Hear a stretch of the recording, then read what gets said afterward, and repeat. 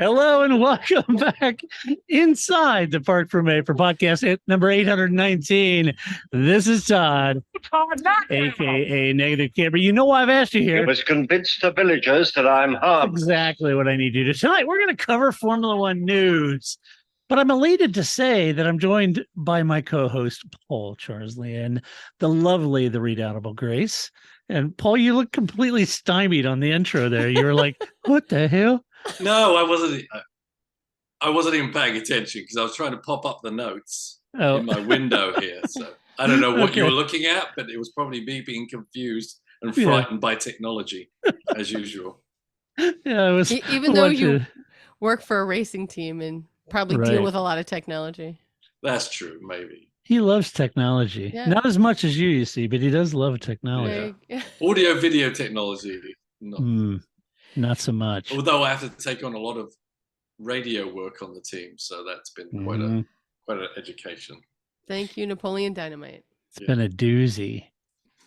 Yeah. So, Paul, before we even get into this F1 nonsense, we got to talk about the roar before the 24 and the 24-hour race of Daytona coming up in a week. We got to talk about where those two Aston Martins happened to place during qualify. Get us up to speed. How does the team look? How do the drivers look? How do the cars look? And how did qualifying go? It's actually going pretty. That's why my background's a bit. I am in Daytona for 10 solid days in the beautiful downtown Daytona Beach. But yeah, here for the 24-hour preparation for that is the Raw before, if people don't know that. Basically it's a set of practice sessions preparing for the new season, as well as just preparing for Daytona itself. And then at the end of those 3 days is actually a qualifying session 2, which sets your grid for the 24-hour, which is going to come up in a few days' time. So yeah, it's been good. We worked really hard in the off season to build a better machine, both the car itself and the team itself. I happened to read a comment from the unredoubtable Ian James, the team boss. Yeah. And I heard or read that he said that you guys feel the most prepared for the 24 as you have in the history of the team. I would say that's true. But it didn't just happen. We made a concerted effort. Yeah, over the winter to really focus, spending a lot more time. As you know, I was kind of doing different motorsports programs. My main one was the hard racing, but I was doing other things. So decided just to focus 100% on the team and all its exploits. Felt we're leaving some on the table there. So, and I think everyone is putting the same kind of effort. This season is going to be so tough. The competition is certainly tougher than ever. So we felt we need to be even more prepared than ever. And so that's what we've done. I mean, from who's on the team, the processes within the team, everything has been looked at, analyzed, and made better, either by just changing things around or purchasing new equipment or whatever. So, we absolutely, and it's been a good weekend. The team's been working great together, as they're even bringing in new personnel and adding more people, which is always difficult, right? When we started this thing, it was one car with a handful of people together, and that's very easy to manage. When you start getting bigger and better and then start adding more personnel, it becomes a bigger machine, and things can go, wrong easily without you actually seeing them happen. So so we worked hard, and this week has gone really well. We've been in the top 5 pretty much every practice session, fastest in a couple, and qualifying pretty close. We qualified 2nd in Pro and 7th in GTD, and GTD has like 28 cars in it or something. So our main goal was to try and get in the top 5 in both classes, and that sets you in a good place for the race. There's no reason to throw everything out there for qualifying because it's a 24-hour race, but you do want to stay out of trouble, and you do want to test, see where you're at, so that when the race comes, you're not behind. You you got to stress the car a little bit to know what's working, what isn't. So Yeah. we did that, and it's looking good. Yeah. And just for for those listening, so this coming weekend is the 24 Hours of Daytona. This is like the 61st running of the 24 Hours of Daytona, and launches the IMSA season. And so, Paul, you've got the 23 car and the 27 car. And who are the drivers for the 23 and the 27? So 23 is Ross and Alex Riberas, who are the same drivers as last year. And then we're adding Aston factory driver David Pittard in the 23 car for the longer races. In the 27 car is Roman, who was the champion last year with us. Obviously, we were the champions too. But also bringing another champion, Marco Sorensen, who was a WEC champion from last year. Oh, wow. And Le Mans winner. So him and Roman are going to be in. So two champions basically teamed up in the 27 car. Awesome. And then Ian's driving, and Darren Turner, who, if you know, paid attention to Formula One, he was a long time McLaren test driver, Formula One driver, sim driver, and did very well at Le Mans himself. So so it's a great group of drivers, great team, and there's always trepidation. It's it's like, how'd you look for the race? Like you're always waiting for impending doom, else you're not prepared, right? So it's hard to go in there with massive confidence, but we're going to go into it knowing we've done everything pretty well, and as you said, as prepared as we've ever been, probably a lot better than we've had in the past. So we're just going to go in there with that, and you never know in a 24-hour race what can happen. Something can happen on lap one that puts you behind. So definitely don't want to be overconfident, but we're going in thinking we've got a shot at least, right? Well, at least you don't have to go to the very top of Daytona, sit up there in the rain and look down. I don't have to do that anymore, right? Yeah, that was a bad job. Yeah, that was cold, brutal, windy, staying up for 24 hours spotting. That's tough. Yeah, people forget to bring your food, Oh, nice. Thanks, guys. Yeah. A lone soldier up there. So luckily I don't have to do that job anymore. But. Yeah. That's great. Well, awesome. Radio to the driver. Could you tell the team to bring me some food? That would be great. Thanks. It's getting to that point. Yeah, I spotted for that race a few times, and that's kind of an ongoing theme, is they forget about you, even though they can hear you on the radio the whole time. Yeah. Whatever did happen to Paul? Did you go to the snack bar? Well, oddly enough, there's no snack bar on top of the grandstand here in the wind of the driving range. So you're like, no, I need a 5-piece grease meat and 2 sponges from KFC. Right. Go get it. Yeah. Oh man. All right. Well, I don't have anything nearly as exciting to share, like, getting ready to start the IMSA season with 2 awesome Aston Martins, and they sound great. They do. They look. They sound good. Yeah. But the competition's crazy. Ferrari came in now. Yeah. Yeah. And Porsche came with who'd you think looked pretty strong? Well, the Mercedes look really good. Those guys are a good all-round car. Yeah. They've got good reliability, and they've got good pace everywhere. They may not be the fastest in the straight line, but they're a really good all-round car, so they're looking really good. Lambos are pretty quick. The Acuras, and the Porsches, it's a new car for them this year, so we'll see if they can figure that car out before the race. And the BMW, and the BMW is always strong. Are they still running the 6 Series chassis? Yes. It was a new car last year. So it's it seems like every manufacturer is in GT this year. So stiff competition. We were going to race again. Grosjean is in the RV next to us. Oh, nice. So every time he comes out the RV, I go, prodigious talent. Prodigious talent. Who the hell's saying that? That'd be great. Grosjean. Yeah, unfortunately, when you see him, say, "Hey, what happened to your hand?" Oh, too soon. Ouch. Yeah, and Kevin Magnussen was supposed to be here, but he hurt his hand. Well, he hurt his wrist. Yeah, Grayson and I talked about that. Yeah, he was supposed to be racing with his dad, but that didn't happen. So that's sad. But, because I'm sure that was the only reason Jan was coming out here for that. But that would have been great. Yeah, it's a few ex-Formula One drivers. Now he just has to ride with this guy. Great. Yeah. We got a lot of IndyCar drivers this year. IndyCar drivers, some Ericsson and all those kind of guys are in it. So yeah, should be a great race. It's gonna be great. I mean, 61 cars in the race. It's gonna be that's nuts. Insane out. That's nuts, Paul. Yeah, 61 cars on that track. That's nuts. It is. It's not like an 8-mile Le Mans.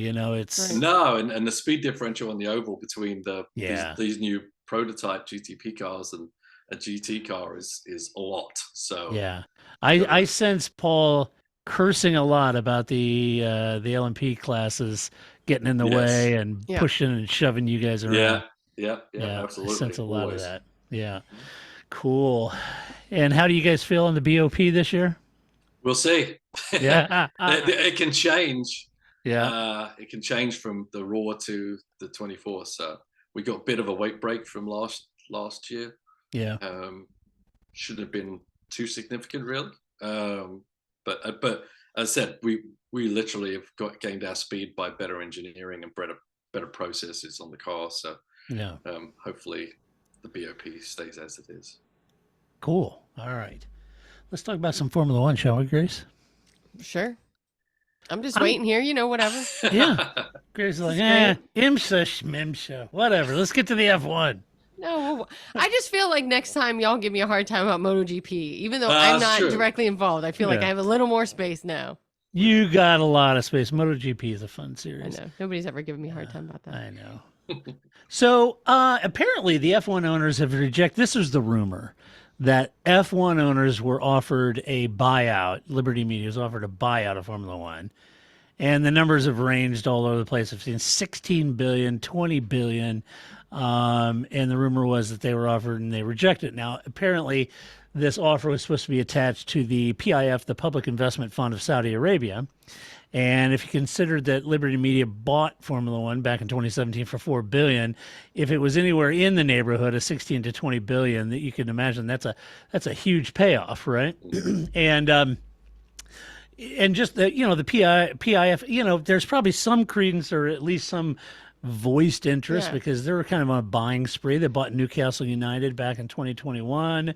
They've invested in other sports. Cristiano Ronaldo, I think, just signed to a team that they own. It was ridiculous money how much they signed him for. Yeah. And so certainly there's been a lot of commentary now when this came out in the news about, from fans saying, this is sports washing, but, that's get your attention money there. And you would wondered, if they'd be interested. Like I said, they bought it for $4 billion. The prices, the stock price has doubled since the explosive growth of Formula One. Missed the boat there. Yeah, didn't they? Yeah, exactly. So just by a couple of years, if CBC would have held on and did the Netflix thing. Now, not to be outdone, there's more controversy, Grace. Oh, I love some controversy. I know you do. Because Eddie Everywhere has weighed in. The FIA president, MBS, has weighed in on this rumor. And here's what he said. He said, but it was interesting. He didn't do this on the FIA Twitter account, just his personal Twitter account. And he said, as the custodians of motorsport, the FIA, as a nonprofit organization, is cautious about alleged inflated price tags of $20 billion being put on F1. Any potential buyer is advised to apply common sense, consider the greater good of the sport, and come with a clear, sustainable plan, not just a lot of money. It is our duty to consider what the future impact will be for promoters in terms of increased hosting fees and other commercial costs, and any adverse impact that it could have on fans. Now, these comments, this is bizarre, and I don't know if you guys saw that comment and read the comments about his comment, but the comments on social media were just bizarre. I mean, some of them acted like he was trying to get F1 taken over by Saudi Arabia, which is not what he was saying. Others were lambasting his leadership. told him that it's none of his business. The FIA doesn't own F1. That's, Formula One management, has nothing to do with him. He should shut up and sit down. It's not his business. It's almost 100% his business. Yeah. I mean, using a story from last week, like, yes, if my husband's in a hot tub with Lewis Hamilton and whoever he's dating and doesn't tell me, I guess it's not my business, but it's not my business either what's going on there in that hot tub. So because you're in the hot tub. I mean, he might be interested in what's going on in that hot tub. So it's not. I not I wonder how much control they have to block something. Well, they used to back in the German bank. When they owned it in CVC. Oh, Bernie's deal, right? Yeah, they used to. The FIA had a play in that. The thing I would say is, before you guys out there in the F1 fan world, before you jump on Twitter and just start saying, "Oh, shut up," it's none of your business, blah blah blah. Be careful there, because it is the FIA's business. Formula One bought the assets of Formula One management Liberty bought the assets from Formula One management from CVC. But what they bought is the remaining years on a 99-year or 100-year commercial lease of the sport. So you need to go back now. Max Mosley sold the commercial rights of Formula One to Bernie Ecclestone, who then sold it to a German bank, then CVC, and then ultimately Liberty. But it was a 100-year lease, or 99 years lease, and he sold that for $300 million. So when people say, it's not your sport, it's Liberty, me, it's Formula One, you be careful. There is EU law in the way that the FIA is positioned to govern all motorsport in Europe. And the FIA is very, they're in Le Mans, right, Paul? The FIA is Le Mans. So that's not exactly true, and there is some precedence for this. So do you remember a few years ago when the Concord Agreement had expired and they were trying to get a Concord Agreement, wasn't new, and then you remember when Bernie just said the hell with it and wasn't, as he's wont to do, Grace. Yeah, just that one time when he said the hell with it. Remember that one single time. He towed the line. That's right. Yeah. So there was, traditionally, for newer listeners, apologies to veterans, but there was typically a Concord Agreement is what bound the commercial rights holder, the regulatory body, the FIA, and all of the teams. And it was a tripartite agreement between those three entities. And so they were, the Concord Agreement was up. They kind of extended it, and then they were trying to close a new deal. And finally, Bernie, there was threats of breakaway series. And finally, Bernie just went and did individual bipartite deals between Formula One and each team. Just Ferrari. Started with Ferrari. Yes, he did. Started with Ferrari. You make it sound like everybody was like, I'm breaking off. No, let's, Yeah, but he started with Ferrari. He got them signed first, and then all the other teams fell in line. And so at the time, he went back to the FIA and said, okay, we're all good. We got signed agreements for all the teams. And Max Mosley, the president at the time, said, okay, we'll send over a copy of the agreements. He says, no, you don't need to see them. He goes, yeah, we do. No, you don't. And it was one time, Max said in his autobiography, that he and Bernie really went at each other hard, because Bernie did not want to show the FIA what the individual agreements between F1 and the teams were. But the FIA has a legal right to represent the better interests of those teams and those employees and everything else to make sure that the deal is appropriate, right? That it isn't fleecing them. They're not getting screwed in the deal. And ultimately, they had to go World Motorsport Council. They had this big row, and it was pretty heated. And finally, of course, Max ended up seeing what the agreements were. But so the FIA very much has its foot on the neck of Formula One.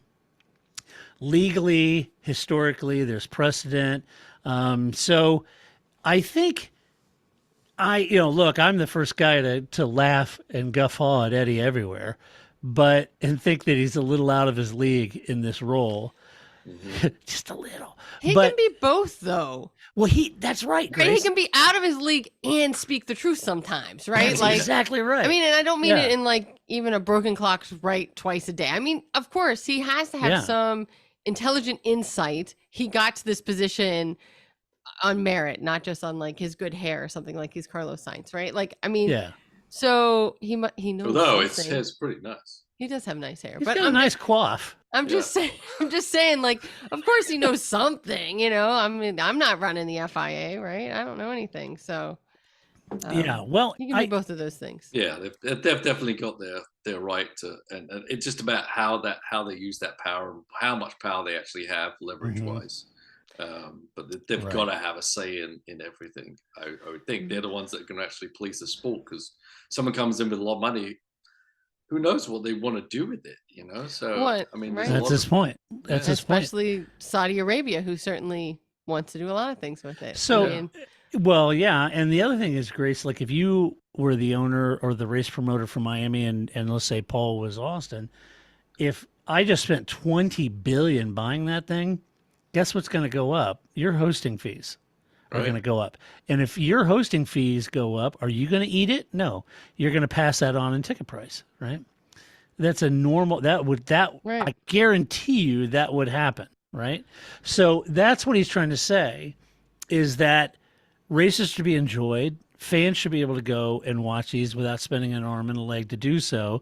And when you overinflate, now he felt 20 billion was way overinflated, and he was drawing the parallels between, it was sold a few years ago, the commercial rights for 300 million. Now you're saying it's valued at 20 billion. That's ridiculous. Now, you have to factor in inflation and everything else, and the popularity and how much revenue growth, top line revenue growth it's had over the years. That all plays into the EBITDA, and so anyway, I think that's it's an interesting notion. But it's odd because I didn't know that I'd be on a podcast defending Eddie everywhere, but I kind of am. I think he's got legit points, and I mean, then you keep an eye on it. Now, do you guys think this ramping up of value and popularity of Formula One is sustainable? I mean, is it going to keep getting bigger? Because obviously they take a big chunk of money to buy that. I could see it having what do they say in the stock market? Where it goes down a bit and levels off, becomes a bit more sane amount of correction in the market. Yeah. Well, Grace, I'll let you go first. Yeah. Oh, sure. I guess there's some part, this indirectly answers your question, maybe. There's a part of me that always thinks of NASCAR in the early 2000s. Like, I don't want it to explode too much, right? Because then it really won't have, when it does correct, there'll be nobody there watching it, right? Because you have lost all the new fans because they were not invested at that level, right? Like, I'll watch the new tennis, Netflix show. I'm not watching tennis. I don't even understand the scoring. So nonetheless, but I'd watch that because sports Netflix is great. That doesn't mean I'm going to watch the sport. So I think that you'll get that, because watching a whole season of Formula One races is very different than watching Netflix, but you just don't want to lose all your core fans in the process. That's what I feel happened to NASCAR, right? They spent so much time courting the new fans that all the, core fans were like, well, we out. And then they didn't have nearly the draw. So I hope not. I hope you're right. I hope that the correction is just slight, that there's some, but I guess we don't know. I mean, Netflix keeps on going. What are they on, season 5 now? So it just gets crazy to me because now we've got 5 North American races, but 3 in America, and the prices to go to any of these races pretty much keeps a regular fan or a normal person out of even being able to buy a ticket to go to these races. They pretty alienate regular people from even going and seeing the sport, and just catering to the flavor of the month people, I think. The people with a lot of money, and they're willing to pay $2,000 for a seat or something just to be a part of an event that, once that little wave goes away, as you said, Grace, once you've kept the regular fan away because you made it so expensive and so exclusive, that once those people move on to their next big wave, there's no one there left anymore because everyone, you know, they couldn't get access, they couldn't go see a race, they couldn't do this, so they moved on themselves, you know. Right. Yeah, I kind of feel like I don't. Yeah, I agree with Grace. I think there's I don't think this explosive growth is sort of a continuous growth for a generation. I think I could see it maybe a 5 or 10 year growth pattern over time. When, you know, and there are calculations when you're valuing companies like that. And I'm not a merger and acquisition guy, but, you know, sometimes it's always a factor of EBITDA. You know, it's 4 times EBITDA, 7 times EBITDA, whatever it might be. But in my mind, I don't think it's sustainable at this rate of growth. So there's explosive growth and it starts to taper, and you've kind of captured who you're going to capture through your Netflix program. And then where do you find the next place to harvest new eyeballs, right? And so I think there's a plateauing at some point. NASCAR went through it, IndyCar went through it. Yeah. And I can see it sort of starting to taper off and balance out and run at a good clip and a good rate of return for some time before it starts waning. And whether it wanes is directly tied to its ability to innovate and still produce entertaining racing. You know, And you need the whole infrastructure around the race as well, right? When you watch Yeah. at home on TV, I mean, we talked about this with football, right? I've gone to see the Washington football team, and that their stadium sucks. That whole experience sucks. Everybody at it sucks. I don't want to give them any of my money.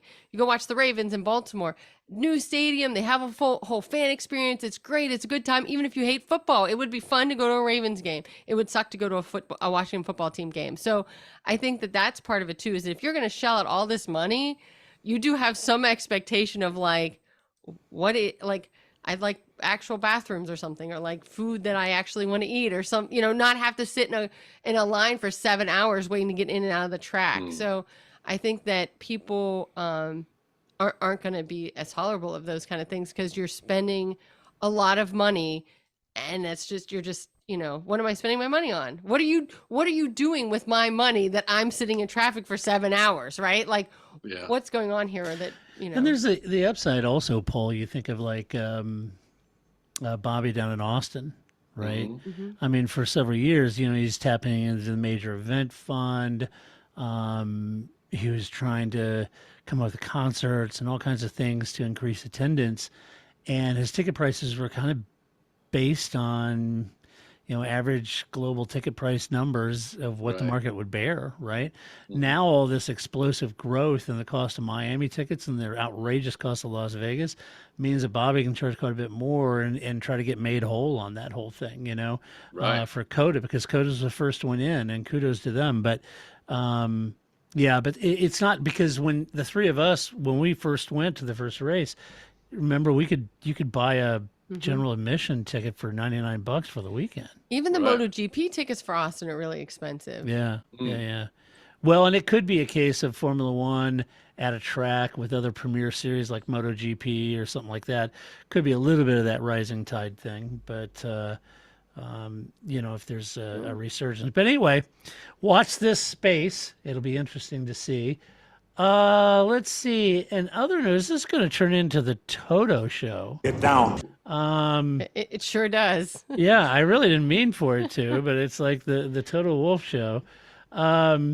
So according to the Times, a little known newspaper over in the UK, Paul, you may have heard of them. You know the Times? Do you read the Times? I don't read the Times, no. Okay, all right. No. So the Times says that Toto has uprooted his family and moved them to Monaco. He said, "We moved to Monaco because we had a security issue in the UK, and also because we wanted to educate our son in an international school." Because they don't have those in England. I was going to say, Paul, you went to an international school. You went to school in Essex, didn't you? That's right. Yeah. Some people from North Essex, some East Essex. How much more international you could get? Every once in a while, some kid from Kent would move in, and yeah, that's right. Yeah, come on. We had Indian food to eat. We had fish and chips to eat. I mean, we had basically it was a cornucopia of the world. But it was a mini UN right there. It really was. It was. Yeah. He said that I live in Oxford during the week and travel back at weekends. I like being in Oxford and I like working. I tend to stay in the office until 8 p.m. Then I go to the gym. I threw that in there. Yeah, I had to throw that in there. We go to the gym, workout. That was like that was like a Matt Bishop statement, wasn't it, Grace? Go to the Matt gym. Bishop. Yeah, I'm looking for a new job, feeling good. I can bench 500. That's right. Me and My George, dad we go can to the beat your gym. dad up. Yeah. So Toto, you throw in that he goes to the gym in the evening, has dinner, reads a book, and goes to bed. That's my life too, without the gym part. Right. Now, some took to social media to suggest he's avoiding taxes. Never.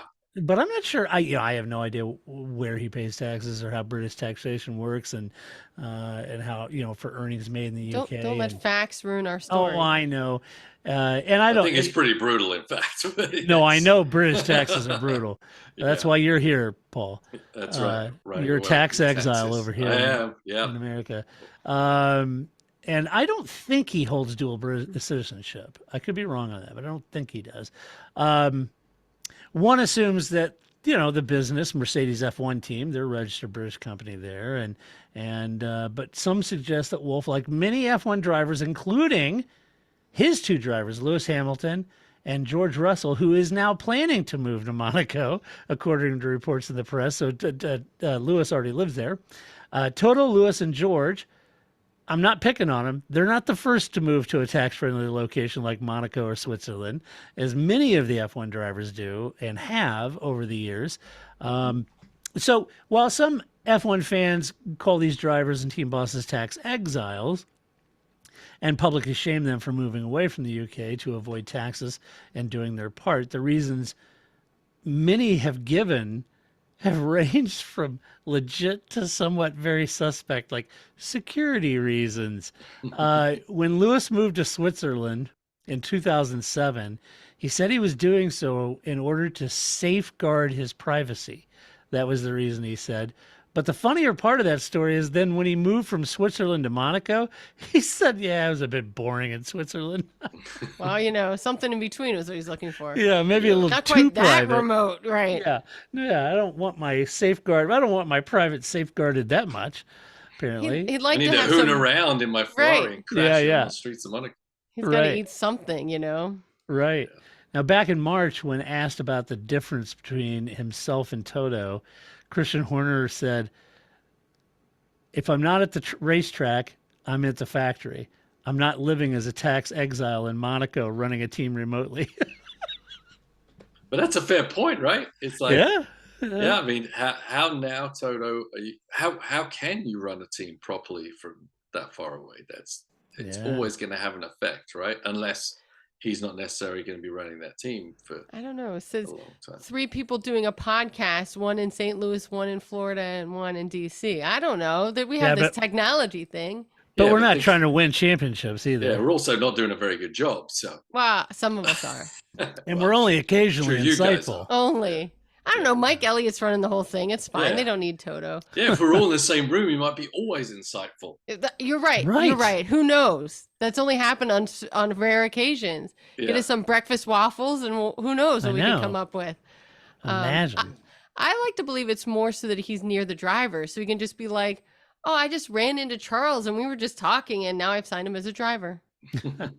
Like that's just where all the talent is. So then you can just be like, hey, new person I'd like to sign to replace Lewis in a couple years. Let's go grab some sushi together and hang out. Meanwhile, Christian Horner's there taking all the engineers from Mercedes. That's right, because he's located a good curry and a beer and bringing it. Hey, well, you can.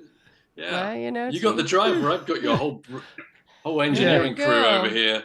Good luck with that. Christian just drives over to Brackley and goes to the Subway that they all go to lunch at. At the gas station, guys, let me get your sandwich for you. Yeah. I like that this has upgrade to a foot long. It's on me. Yeah, get a foot long. It's on me. It's like a game of Risk or something, right? Like Toto's over in Australia trying to do what he can, and he's not getting very far. Yeah, right. And he's just focused on that. He doesn't realize. No. Yeah, he's getting poached. Yeah. It's crazy in Europe. Yeah. Yeah. Well, I'm pretty sure that if Paul turned into the Jonathan Wheatley of IMSA and had a big, huge budget like that, he might live in Monaco. I might, yeah. Yeah. Do they have good curry in Monaco? I don't. I guarantee it. Yeah. I don't know. You'd be there. That seems sus. I don't know. Yeah, probably is. Probably an interpretation of Indian that we don't really appreciate. No, there should be no interpretation. Yeah. The sauce, you know, the regular curry that usually everything just gets gobbled up by the naan bread. It was just gonna be a little streak of curry sauce right. No, I was just gonna say, right, like the fancy plating, right? It's Little some tweezers, right? Yeah. No, it's the spoon push of right. It's not a naan bread; it's a naan crouton. That's Enjoy. Right. Thank you. I'm still hungry. Some microgreens, excellent. Great. Hey, Toto wasn't done in that article. According to the Times, Toto Wolff also is still troubled by Michael Massey, and it seems that he's not capable of saying the former FIA race director's name. He told the Times, quote, it was tough after Abu Dhabi. I've always liked the principle that the stopwatch never lies. The team that wins is the one that deserves to be champion. But this was different. At the end of the race, an individual took decisions that were not reflected anywhere in the rule book and were so drastic that they made the outcome unbelievable. That is a moment when you fall out of love with the sport. The principle of fairness was breached. Are you new to Formula One, Toto? Mm. The principle of fairness is breached like every other race. Welcome. Yeah. I mean, that's a big one. There's a big glaring example of the principle of fairness being breached, but, Yeah. So still to this day, burning up over Michael Massey. Just when you thought it was okay for Michael to get a job again, apparently not. I also read a comment from him in the Times where he said, quote, I have great moments in F1. I love the team. I love the challenge, but what I really love is my family. I have 3 children who are 21, 18, and 5 years old. Yes, the 5-year-old is with Susie. Having the family together is what gives me the greatest enjoyment. Just connecting invisible dots. I'm wondering, if he isn't growing a little tired of the travel, the pressure, the overall love of the sport when things like Abu Dhabi happen. He's grafting and he's gone all the time. He's 51 now. He's been grinding a long time. Perhaps he's consolidating a little bit, and I think he did. If memory serves correct, I think he did like a 3-year deal with the team to be the team. Yeah, but his family lives in England, or they were. No, they moved to Monaco. Yeah, they've moved to Monaco. Yes. But they weren't in Monaco till he moved them to Monaco. Correct. Right, so he chose to stay in Oxford when I don't know where he lived exactly, but he was close to his family then as well, but he still chose to be in his office and going to the gym rather than going home with his family that he adores more than working and his people at work. So I don't know if I hold a lot of water to that, but yes, possibly he could be evolving his dedication to Formula One, which it's a beat down, I think, and especially with the number of races they add now. 23. I can't even imagine. We've got 12 races in IMSA, and it seems like you're gone all the time. I can't imagine doubling that, and the intensity of Formula One as well, which is as high as it can be, isn't it? Yeah, it would be a real grind. That's for sure. You're responsible for a lot of people. Yeah, for sure. And then the article goes on to say, Toto was asked about Christian Horner, and he said this. He said, quote, I'm living in his head rent-free. The guy is obsessed. I love it. So, when they queried, they asked him, is it okay to expand on that? He said, nah, every second that I spend on talking about Horner is a waste of time in my life. Wow. He didn't talk anymore about it. So, Paul, Grace, the season hasn't even started yet, and the trash talking has already begun. Ooh. So get your cameras ready, Netflix, and get on the edge of your seat, Grace. I love it. That's a great quote. Isn't it? I'm here for that. Yeah, now Cyril Abitbul's moved on to rallying Yeah. The celebrity death match is just these two, I think. Yeah. It isn't Horner and Cyril anymore. No. Yeah. No, it's Horner and whoever's nearby, right? So now it's just Toto Wolff, Right. Like, Right. So that's going to man. be interesting. Waste of time in my life. Waste of time in my life. Every minute I spend talking about him.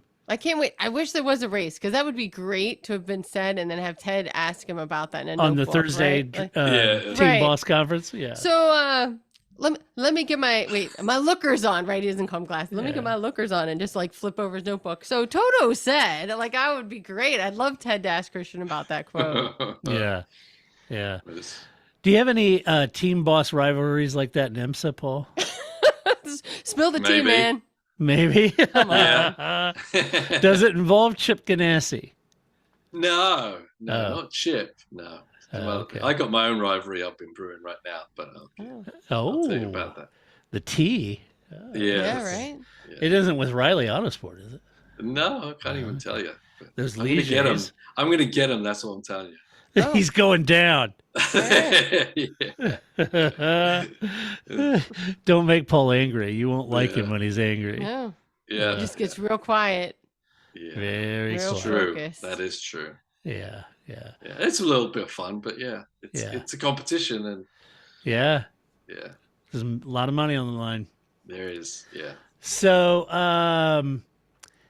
hey, Grace, we've talked in the past Todd, about. we Hey, sure Grace, have. how you doing? I'm doing good. How are you doing this Good. evening? Hey, have you Alright. talked to Paul lately? I haven't heard Nope. from him. I haven't heard anything. I did hear that he really hates this one guy. Oh, me too. Oh Me my too. God. Living Yeah. rent free in that guy's head. What He a is jerk. living rent free in his head. Every Obsessed. minute Let Paul it go, spends Paul. talking about him is a waste of his time. That's right. Jerk face. We've talked in the past about, cancel culture, name and shame, all of the death threats and all the social media madness. And I saw this article and I thought, now this is just kind of interesting contextually on the basis of, the whole world talks about the cesspool that is social media and what a hot mess it is. But back in the day, back when Paul and I were wee little babies, Aw. You were a bit bigger, baby. But yeah, it was a little, just a couple months. Yeah. A little older baby. Sir Jackie Stewart was trying to advocate for safety, but as Paul can tell you, it wasn't always universally liked back then. No. And I thought this was just an interesting quote. Jackie said this, quote, "It was not popular. I was very unpopular. I had death threats. I had people coming to our house trying to throw stones to break our windows, all of these things. Clearly, when you close the Nürburgring, the whole economy of the Eifel region is the Nürburgring. Hotels and restaurants and garages and all of this. So all the Germans were coming from Switzerland as it's close by to Jackie Stewart to give him a bad time, right? It wasn't nice, but it was the right thing to do. I'm not looking for any credit on that at all. It was just the period, the time, meaning, the period. He of wasn't time. even popular with a lot of the drivers. No, there were Circuits drivers for there. sure, and I say Yeah. the infrastructure of the circuits. It was a tough. Yeah. He was shown as a weak person because you just Yeah. tough it out and you live with it, right? And Guys like Jackie Ickx or Mhm. Sterling Moss or, guys like that felt that death is just part of the allure and part of the danger and you lived with it, and Jackie felt that, it should be better. The interesting thing, and I did one of the TPF stories podcasts that I did called British Steel is it was a fun podcast to do. But it was interesting when I was researching a lot about that Jackie was trying to appeal to the FIA at the time, FICA or whatever it was, but they were trying to appeal to make things more safe for the cars. The cars were woefully not unsafe, and he was lobbying for that. And it wasn't until he figured out that the way to get it done was to change the narrative and not focus on trying to get the teams to make more safe cars with disc brakes and all that, but it would be to make the tracks put in safety barriers, Armcos, and safety barriers to protect fans. And it wasn't until he highlighted the point that we are going to kill fans like Mercedes in 55, right? And if we don't do this, we are going to hurt people, you know? And so he sort of flipped that narrative, and that got the attention because some of those tracks, like whether it's Barcelona or whoever it might be, in order to put Armco around that, you know, that was like a $300,000 investment. Yeah, you know, right. it was a lot of money that day. So anyway, I just thought that was interesting. And yet that doesn't stop rally fans. No, I know. Isn't that crazy? They It's just stand crazy. right on the apex of Yeah. the corner. Yeah, I think it's better than it used to, but there's still. It is. Yeah. Do you remember Paul back in the 80s watching some of those rallies, and those guys, those drivers, they weren't slowing down for nothing. Those people are all out there. Oh, and that he just was assuming they were going to move. Yeah, the group beat. Yeah, they were timing them moving out of the way because he was driving actually straight at he or her, because it Yeah. was definitely Michel Mouton. That was kind of that area with Yeah. the group B cars. Yeah, they were literally driving into the crowd. Yeah. It's insane when you It's look at it now that it was insane. ever even allowed to happen. Yeah. Just Yeah. nuts. Right. Did we need a commission on safety to know that maybe? Yeah. Yeah. was a good idea. But still, it didn't change. No. I mean, it was obvious that it wasn't a matter of if, it was when. But it still didn't change till it actually happened. Yeah. Till a car got out of control and literally mowed into a crowd of people. Yeah. It was hard to believe it didn't happen up until that point. But when it did, then everything changed. But sometimes, it's pretty obvious out there what the potential is that you can easily, bring back. Also, Yeah, you're right, Paul. Grace, when you watch some of those old, videos, you've seen those, and they're going into the corner and the people are hanging out, and right at the last minute, they're just kind of moving out of the way. But the guy's driving right at him. I mean, he's just assuming that they're going to move. But when you see stuff like that, Paul's right. It's not hard to extrapolate what the potential danger of that could be. And yet they weren't, No, they didn't. Isn't that crazy? I mean, it's kind of like, some places don't have guardrails, right? Like, you chose to drive on this road. We told you we didn't have guardrails. It's on you. Right. Yeah. Also, did Jackie Stewart refer to himself in the third person in that quote? He did. That's good. All right. He's a knight of the order. I guess he can. I guess at least he didn't say close by to give Sir Jackie Stewart a bad time, right? Sir. Like, Yeah, he didn't say Sir Jackie Stewart a bad Well, time. he is his own corporation, I'm sure. Jackie's been a pretty smart guy. yeah, Keep paying himself. Yeah. He represents himself too, so maybe he has to do that. maybe. He might. Yeah, he might be on the payroll to represent his own brand. It's like, I don't think Jackie's willing to accept that for Yeah. That's right. promoting Yeah, I your don't- watch. Jackie's had several world championships and is known as a tremendous promoter of a brand. Jackie hungry. Jackie tired. Yeah. That's the whole third person thing. That's a whole different level there. That's a something.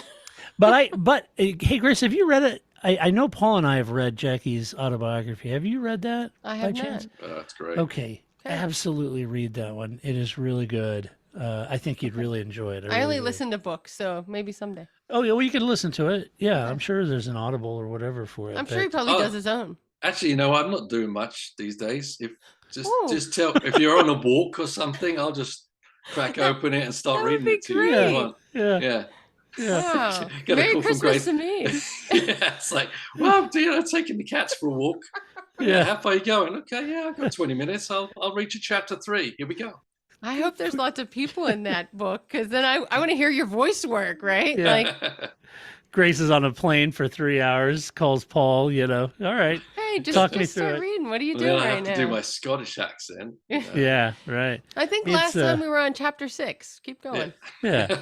It's a really good book as far as motorsport. The 3 of the biographies, there are several out there that I know either Paul's read or we've both read, but Jackie's is by far one of them.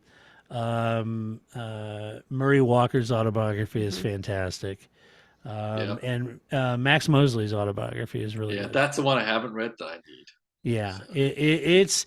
It's very interesting to understand the complexities and legalities, and it's not a dry read. But if it gives you a hell of a lot of insight in how F1 got to where it's at and still what it's about and some of the politics behind it, it's a great read. So yeah. All right. Well, when you're ready to record them for me, I'll be ready to listen to them. I'll get Paul to record them. Max Mosley, Chapter 1. The early years. Yeah. And Paul is getting ready to release his own autobiography.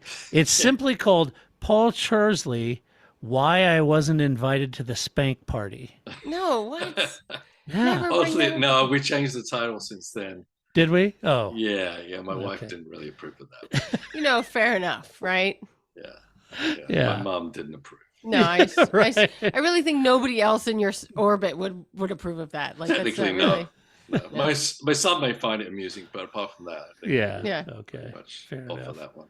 Yeah. Paul Charsley, Why I Didn't Steal Ferrari's Technical Manual. That's right. Yeah, that's good. Let's see. Finally in the news, I want to talk about Williams. So we talked about last week, Grace. Remember, we talked about James Vowles, right? And we talked about him moving his team boss. Well, according to reports in the Mirror, Williams have injected another 36 million pounds into the team. I don't know what that is in old money there, Paul. That's probably, I don't know, $1 billion. Well, actually, that is old money. That is old money. Right. Paul, do you read the Mirror? New money. Do you read the Mirror, Paul? I don't read the Mirror either, no. Not anymore. Okay. Daily Express was what I used to read. Okay. I find some of my best headlines in the Mirror. So yes, 36 million in old money. I don't know what it is in new money. Problems on and off the racetrack, and then I'm reading from the Mirror here. It says problems on. It's in the Mirror. It is in the Mirror. That's right. Yeah, that's a catchphrase. It's in the Mirror. Problems on and off the racetrack have led to suggestions that Dorilton might be keen to sell. That's my words, actually. But the latest development regarding the team's financial situation appears to be a hint that the investment group is here to stay for now, at least for now. Shares totaling 36 million pounds were issued by Williams on December 22nd last year. It's not known exactly who those shares were issued to, but given a very similar number of shares were issued to Dorilton the previous year, it is not unreasonable to suggest that the owners have again pumped cash into the team. So having signed James Vowles as new team boss, the team may be looking for some fresh cash to get things going for 2023 and onward. But rumors also suggest, or people were saying, that they may be interested in selling the team. There is Michael Andretti's in, Grace. I like that we made it almost through a whole podcast without mentioning him. Almost. Oh my God. I walked past him because he's here. And did you glare at him? No. I had this wonderful idea, but he was in a conversation. I can't remember. He was with Wayne Taylor, I think he was talking to him. And I really wanted to stop him and then get a little video clip and say, look, there's this woman called Grace, and she is the biggest Michael Andretti fan. Could you possibly just say hi, happy birthday, Grace? Oh my gosh. Like it's what are those things, the videos you pay for? Anyway. Oh yeah. Like one of those. Yeah. I don't know. It's probably not going to happen because of my standing in the pit lane. I probably can't do that. Really, but it would be hilarious. Grace, are you saying that Michael Andretti has a fans only account? No, not fans only. Whoa, that I really want nothing. I don't. This podcast has got first the spank party. Now we're talking about Michael Andretti's fans only. So I don't want any of this. I didn't sign up for this. That isn't good. No, I'll try and get him an old coffee cup he discards or something for you. I was just thinking that maybe this is the Christian Horner quote, right? Like this is who you actually hate is Michael Andretti. Yeah, that would be good. Mm-hmm. Yeah, you get something innocuous for him to sign for Grace. Yeah, like those. My number one fan. Paul and I have suffered through the cafeteria food at Daytona. It's terrible. It was terrible. And remember those little nachos that are cold and stale, that little box. Maybe aged that cheddar cheese. Aged and the cheddar cheese, like the whole film on the top of it. It's just not good. But you could have him sign the bottom one of those little boxes that hold the chips or something. That would be great. The grease stain on it. The grease stain on the bottom. Gosh. There you go, Grace. Yeah. That would be good. I'd cherish it always. So that's good. I don't know. What's your hunch, Grace? Do you think that they're just kind of putting some cash in it to get them through this year and find somebody to buy it? Do you think that they're in it for the long run? They got James. They're trying to turn things around. What's your gut reaction? I think it's somewhere in between, right? Okay. Like, if this goes this, like right now we're just friends with benefits. If this becomes something nice, maybe I'll put a ring on it and we'll stay for a while. But if not, I'll just stay in orbit. We'll be friends with benefits. It's kind of some sort of non-committal in between. Yeah. What do you think, Paul? Well, I think you just say the name of the group that owns them. What's the Doralton Capital? Yeah. Doralton Capital. It's not. There's a reason they're there, and it's not for their love of racing and their deep. Since they were a little kid hanging on the fence. This is a business built to jump into Formula One and make money and get something out of it in return. I think they're in it right now, maybe keeping it going because of, as we've seen, 20 billion for Formula One. How far is it going to go? Is there more to be gained by holding on for a little while and more profit to be made? That's how I see it. Really a way of just hedging their bets on making more money for when they actually do sell it. Because I got to thinking too about that. I thought, the whole concept of Doralton's, selling to Andretti and GM, the GM thing coming to Formula One, GM is too big to ignore. And that's too big of a car company to sort of just, brush off. And I mean, that's a serious investment in Formula One, if it is an investment. If it is. Yeah, right. And, okay, so Sir Frank, rest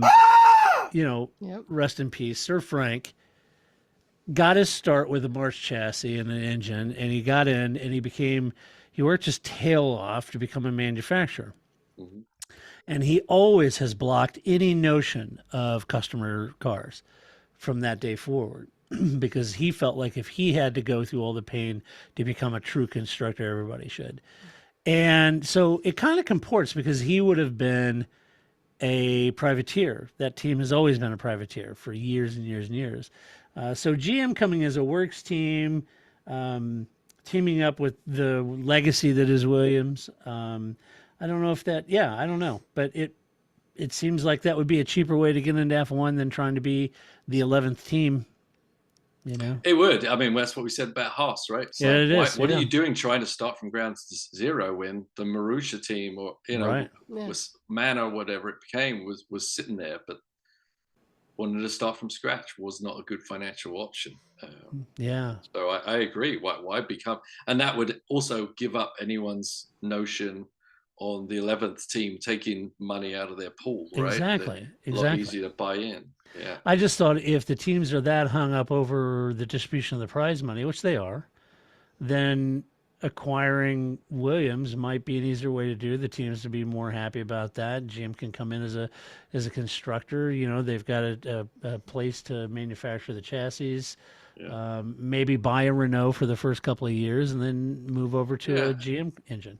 And I think it's, obviously Frank wouldn't have been in F1 without a customer car thing. I get that he had to evolve that. And maybe there is some kind of timeline where you would say, okay, you can run an old chassis for 2 years, but by year 3, you should be up and running, build your own car. But I don't know. It's a different world than when Frank came in, honestly. For sure. But I would.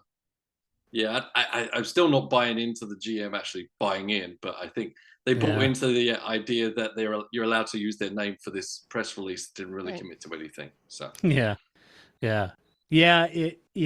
was a very well crafted press release by GM. Right. Yeah. There's a lot of open gaps there that could mean they're all in, or may mean they're totally not in. And it was a badging exercise. So. Yep, difficult absolutely. to know. Yeah, difficult to know. I don't know. Huh. Well, guess they'll have 36 million more pounds to play with. That's There right. you go. Let's Wonder hope how it's much enough. Wonder how much James Vowles charged them. Probably not a lot, because I think, Yeah. like Williams is kind of becoming a stepping stone for drivers. Maybe it's a Yeah. stepping stone for him to Yeah. work his way back up the Formula One, get some, Yeah. like even think about Mercedes, right? Toto's moving to Monaco. Maybe he's not eventually gonna be there. Well, he's not gonna be there forever, right? And Yeah. Mercedes sent drivers down to Williams to earn their Mhm. skills. Maybe that's something similar to what Yeah. he's doing there. Good The point. finishing school for everybody. Yeah. It is a finishing school, Grace. Drivers, mechanics, Yeah. team bosses, Yeah. Yeah, crazy to think Williams has become that, but that's Yeah, kind of yeah, what it it is is. right now. Going from all the championships they've won. Yeah. Yeah, you're right, Paul. It's hard to believe. Was All a while right. ago. Yeah, it was, Grace. It was a while ago. That's true. In the As a 90s. McLaren fan saying it was a while ago. I know you had some mighty battles there, Grace. A while ago. A while ago. Yeah, Hot minute, as the kids would say. yeah, a while ago. So, all right, shall we do some Albon's Cats?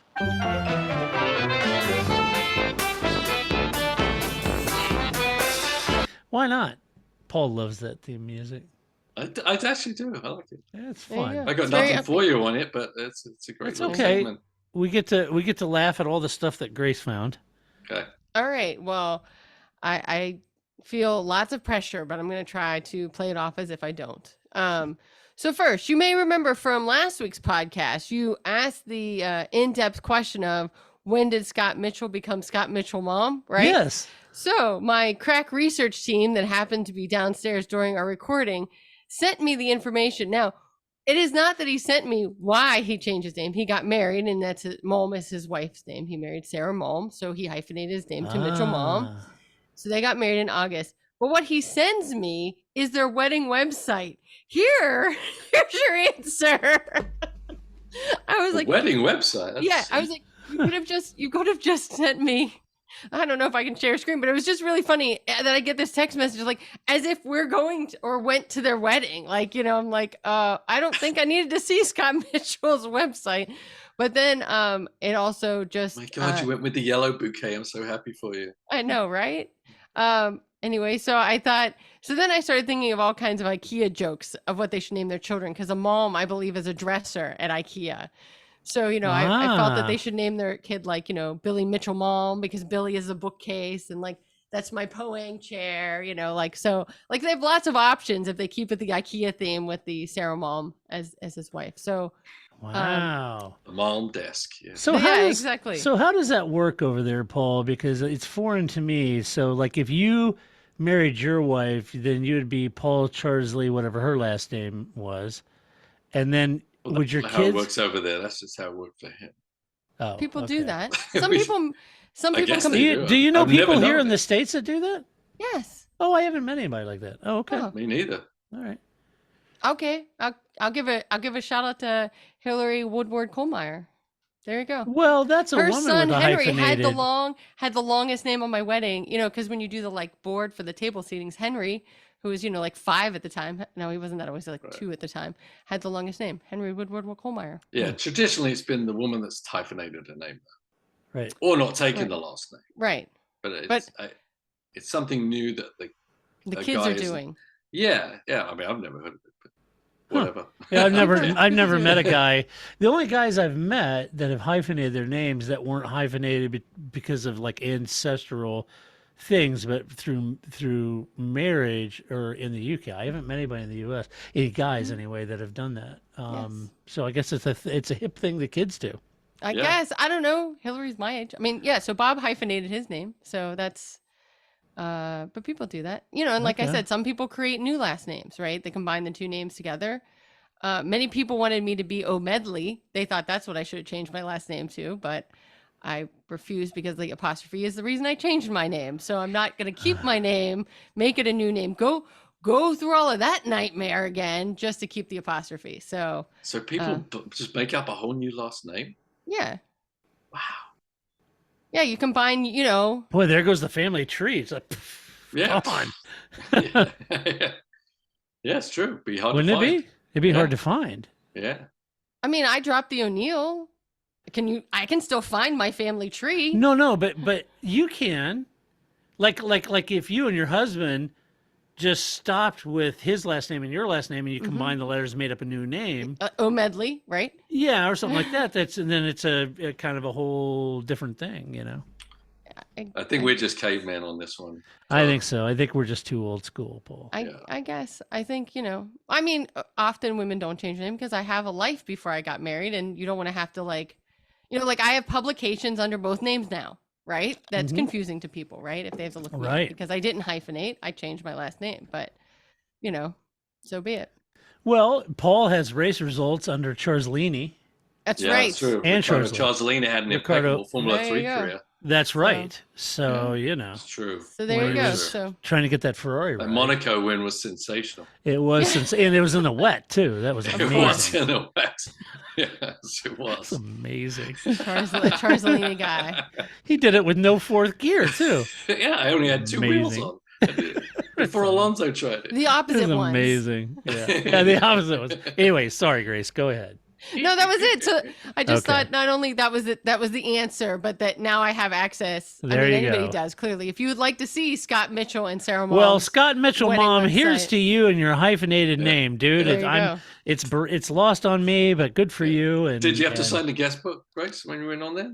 Or did you feel No. I guess I didn't. could. Well, I mean, the wedding was in August, right? So it's like, I mean, you know, if you're gonna peek at someone else's private life, I think you should at least sign the guest book. the dress code was smart casual, which I thought I hate. I don't. What is that? I don't know what smart casual is, but all right. Smart casual. It's what's something on the top and on the bottom is the casual, right?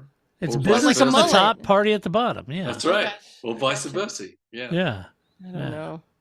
Yeah. I don't know. Jeans Well, and there a you go. jacket, t-shirt, and moon Good boots. for you, Scott. You know, dude, whatever. Okay. Todd's no shit headlines. Here we go. You ready for Wait, this? I had more. That wasn't it. Oh, I had thought two you said that things. was it. No, I had two things. I'm making up for okay. Paul having nothing. Okay. As usual. He's like, hey, Paul, you got any good No. good Alvin's cats? Like, no. No, I don't know. But the other one is actually about Alex Albon, which is why I feel Oh, that, perfect.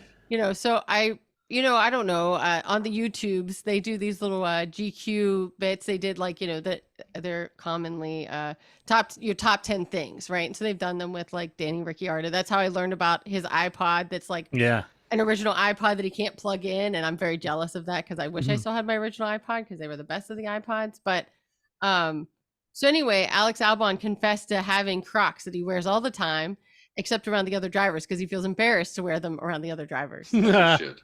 But they're his travel shoes. He said which makes sense, right? He wears them in the airport, but they have the little giblets in them and everything. He's all in on the Crocs, That's funny. which are also hip with the kids. So No, I thought you had hit us with the. Did you see the picture? What three drivers is Pierre Gasly, Leclerc, and one other at the NBA game? yeah, Ocon. Yeah.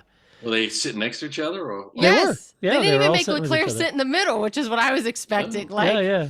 the guy in the middle. Yeah, they were at the NBA game in France. In France. Yeah, that was it. Yes. Yeah. Mhm. So they Yeah, were sure, all I up could there. mention that too. I just thought the Crocs was an overwhelming, No, like the Crocs is awesome. Alex Albon wearing his Crocs in the airport.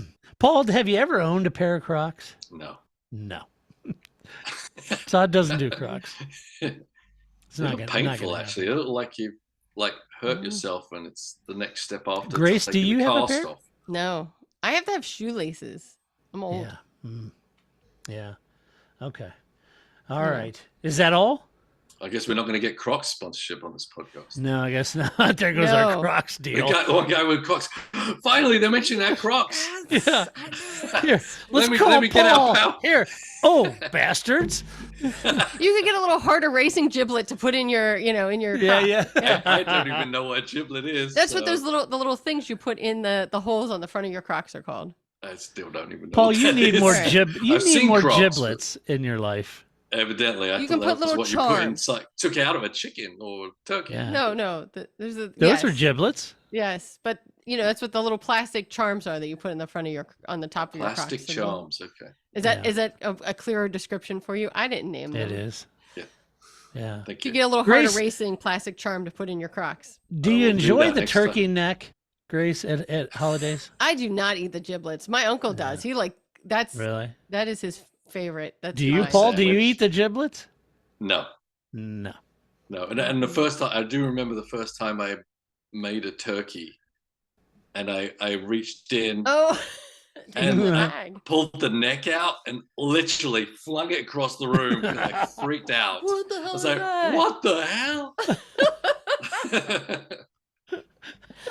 And then I had to scream, jump on top of the chair and get my wife to come and clean the mess That's up. right.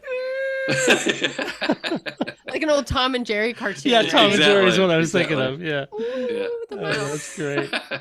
I love it. There you go. Let's see. All right. Taj No Shit headlines. Here we go. Up first.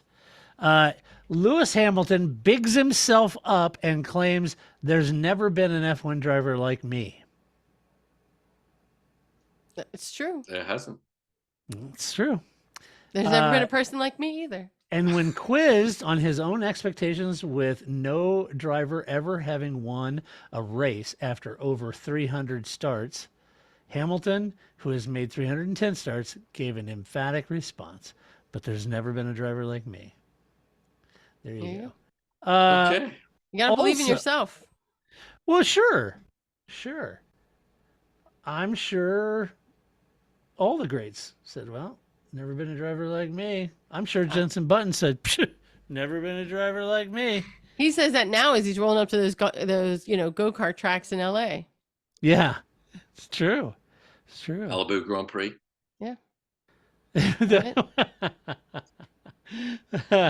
Oh my! I have to find that for you, Grace. I was looking for.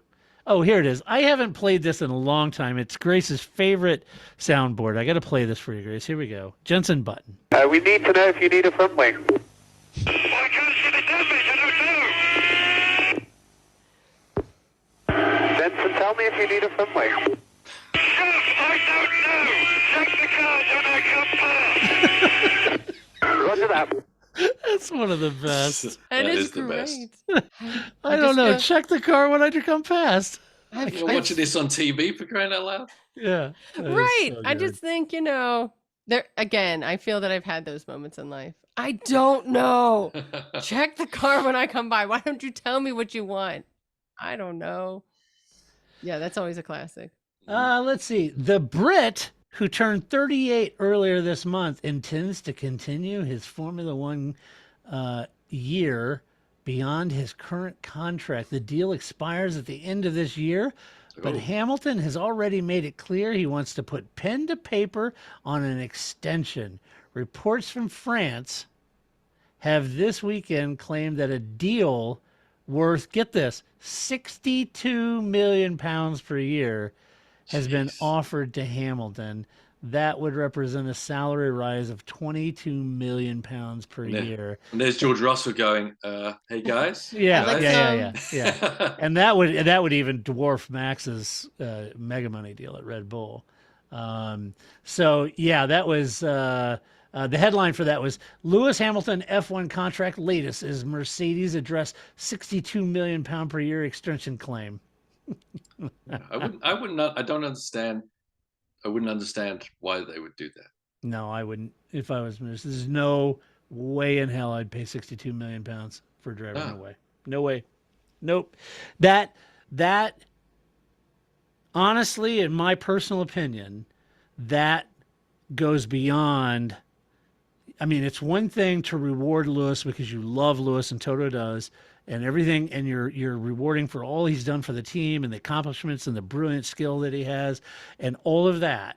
That's why Max made a lot of money. Schumacher made a lot of money. Hamilton himself made a lot of money. But when you get into that kind of money, that starts to risk the team, all the employees. I mean, this starts to risk a lot of things. And I don't think it's a So good then that decision. just seems like dumb money then. Why would you do It that? is. I wouldn't. I don't know. I wouldn't. I Then mean, again, it might not be the real thing, so who knows? yeah, It could I be, mean, yeah. But Could be. I feel like with any athlete, as they're getting closer to not being a professional athlete anymore in the sport they're doing, they tend to plateau at a certain point Yeah. where, you know, they should be happy to be earning the same money they did at their heights, but to keep escalating when you're, you know, 2 or 3 years. I mean, it wasn't that long ago we thought Lewis was leaving forever anyway, right? I mean, that's been always an up and down thing. So I don't know. just don't, that wouldn't make sense to be why it would be offered at all. I mean, as you say, Todd, it's like that's a resource that Formula One deeply need. It's one thing if you're a basketball team where the players are everything. They're the car, they're the, you know what I'm saying? But Yeah. you're part of a much bigger thing when you're a Formula One driver than just being the athlete on there with the ball throwing it in the hoop kind of thing. Yeah. I don't know. I've That's been a lot watching of money. those Alonso, you know, exercise montage that they've been coming out on Aston Martin for the past 3 weeks. So Yeah. I don't know, man. Them old guys, they'd be making some money, I guess. Yeah. I don't know. That just seems like stupid money to me. Yeah. Yeah. But there's never been a driver like him. So Yeah. Yeah. Okay. Let's see. Other headline: Miami's F1 panic to move onto Dolphins football field. Grace. I don't understand what's going on in Miami. I don't get it. I don't understand. I don't know the fake marina. I don't know. And now the paddock is moved to the Dolphins football field. I don't know why. I don't know why you would want that. It's like the gal I like watching on TikTok. Everybody's so creative. And she goes does these reviews of people making food. Oh, it's hilarious. Yeah, this is really creative. Well, look, see, you're hip. You could have some Crocs watching the TikTok. Yeah, I could. You know. That would be a great look. That way, yeah, wouldn't it just? So I don't know how that works. I'm sure that Polo makes some Crocs. I'm sure it's legit. You think they do? I don't know. I'm sure. I don't know. I mean, I don't celebrate the entire Ralph Lauren catalog. I wear some of their flannels, you know, like tonight's selection here. It's, you know, just, you know, 90% of your upper wear is made by it Ralph is. Lauren. So I'm so easy to buy for, you know. It's I have, you know, 2 uniforms basically. Okay, Grace, this is up your alley. Okay. The last headline is Norris talking about my mental health saved lives. What? First we're in a blender and now we're saving lives? Remember that movie, Grace? I love that line. That's right. Yeah, there you go. So Lando Norris talking about my mental health saved lives. There you go. Yeah. Good for him. Good for him. But not whoever made the decision to put the paddock in the football field. Right. That may not save lives. That could cost lives. I just think that's a weird decision, but here's now Paul and I usually do a season preview every year, and we'll have to do one as we get closer to the start of the year because Paul just loves the season preview episode. It's one of his favorites. Actually, take notes. Well, he gets to wax poetic, you know, and then he gets to go at the end of the year and see if he was right, and he usually is. So here's the thing. Grace, you know I'm a Ferrari fan. Yes. But I hope Lando comes out of the box kicking ass. Again, it's the year of Lando. I hope Lando, this is his year. I hope McLaren gets that car and chassis sorted and it gets that engine in there. And I hope Lando starts coming out and handing people their butt. I think this kid is talented. He's ruthless. You know, he's got all the earmarks for that. And, yeah, so on behalf of you and all the McLaren fans out there, you know. Nice, Ron. I'm hoping that he does. So I think that's good. I mean. Yeah. It was funny in Lando Norris's GQ 10 Things You Can't Live Without. He talked about how he really wears hoodies and that McLaren didn't make hoodies Yeah. for their team kit. I saw that. And I was like, yeah, I don't see Ron Dennis letting anybody have hoodies. I'm sure that took a while before somebody was No. like, oh, I don't know. Ron And then might Zach show comes up. in. He's like, yeah, put a hoodie on. Yeah. I don't know. Yeah. I just it's thought, great. that was just my first thought was like, yeah, I don't see Ron including a hoodie in the team No. kit. Tough to break that DNA from them. Yeah. Yeah. Not even if it was Predator Gray. Yeah, they've just about got used to being allowed their pens back on the table after they leave the office. As long as it's in its rightful place, Right. Yeah. Perfectly straight up with and the down. little silhouette of pen on the desk, you put your pen in that Yeah. Right. to make sure you know. The little indent tray, right? Yeah, That's just funny. We never really talked about it at length, but Paul knows people that work there and know Ron, and all the stories Paul has about Ron Dennis and his OCD are pretty funny. yeah. I mean, they've all Pretty insane. Yeah. Yeah. I was gonna say, even the stories that like they've never not been that kind of way. Like nobody ever has Yeah. been like, oh, that stuff you heard about Ron. No, everybody's like, that's pretty much spot on. So Yeah. I just like the idea of somebody, not that Lando was there when Ron was there, but the idea of somebody saying to Ron, the kids are all really into these hoodie things now. Mm-mm. Mm-mm. That's not happening. And it took a while before people were willing to let that go. Whenever I do my leaves in my garden, I think of Ron Dennis because I think, how the hell does he even keep his sanity when the leaves are blowing around? Because you can never perfect cleaning up your leaves. There's always some, you think you got them all, and then you look over there and there's a pile over there. It never goes away. It's like I do the laundry in our house, and there's like that moment when all the laundry, and it's like nobody wears anything else. You have to wear the Right. clothing on your body for the next week. It's all clean. I'm not doing more. Yeah. Nope. Yeah. Same idea, right? Like no leaves, trees. Hold it together. I'm done. Yes. The leaves See, I you got think- on there, just suck it in now. I think Zach ought to mix it up for 23. And the next time you talk to your buddy Zach, Paul, tell him this. I think Zach, to make a friendlier McLaren, should wear the hoodie, oversized hoodie for Zach, Yeah. cut the sleeves off, and be the Bill Belichick. I was of gonna say F1. like he's Bill Belichick. Exactly. Cut the sleeves off the hoodie so we can see his tattoo that he got, right? And cut the sleeves off and be the Bill Belichick of F1. Especially like, could there be more of a polar opposite than Bill Belichick that is Zach Brown, right? Like, Yeah. I think it's great. I'll give it a go. Yeah, all right. he'll be in. Just bring him some scissors. Just cut it, because that's the thing. You got to cut them off yourself. Like, that's, Yeah, they got to be But then I ragged. still have to wrestle a hoodie on top of it. yeah. I Well, might get in a little trouble for that. yeah, maybe. Hey, Zach, I just- stranger danger. It's Yeah, like, Go up behind him. yeah. Like, Totally, will be okay. yeah, that'd be good. You won't get escorted out of the paddock for nothing. No, not That'd at all. be good. I think that would be.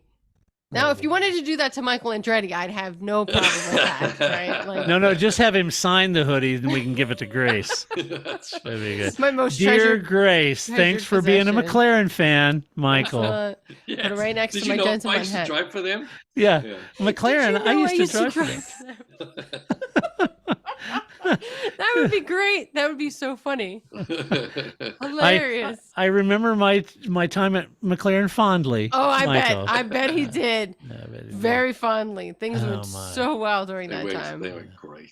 Yeah, Oh they my did. gosh. I All think right, let's do some mailbag. You've got mail. All right, first up, Paul. Peter asks a simple question.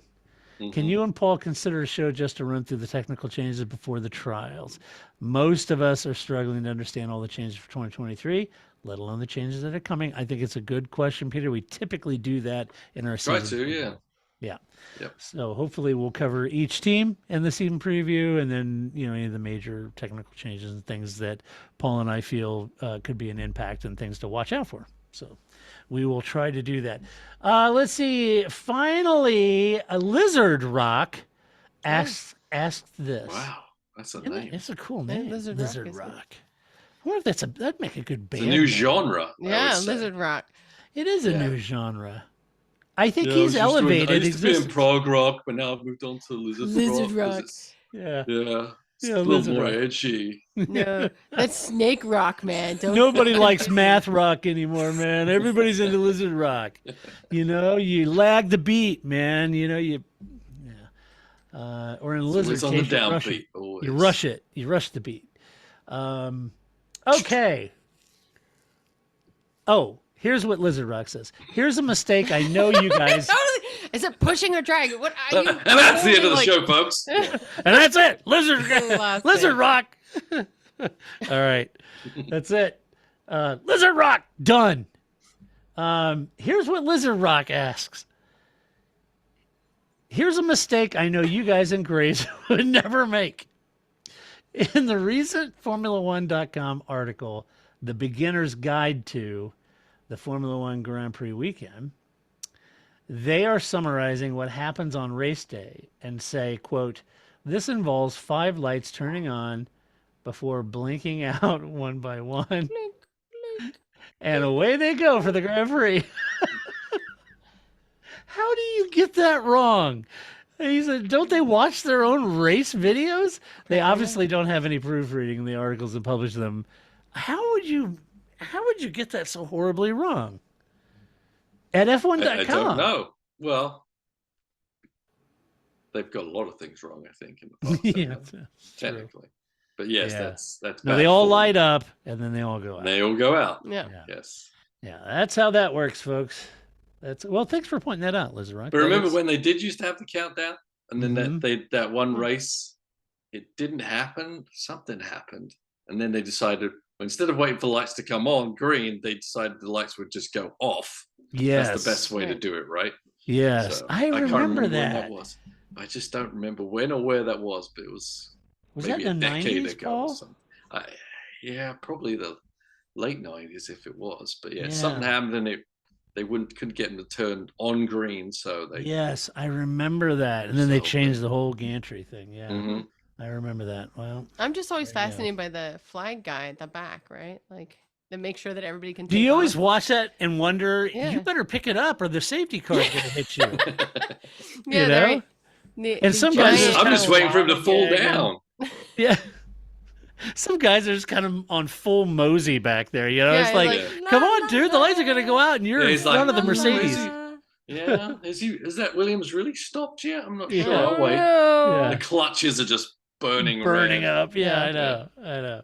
I Hold keep on, thinking right he's going to be here. right in front of that Mercedes at the very back, and the Mercedes is going to, take him out. Yeah.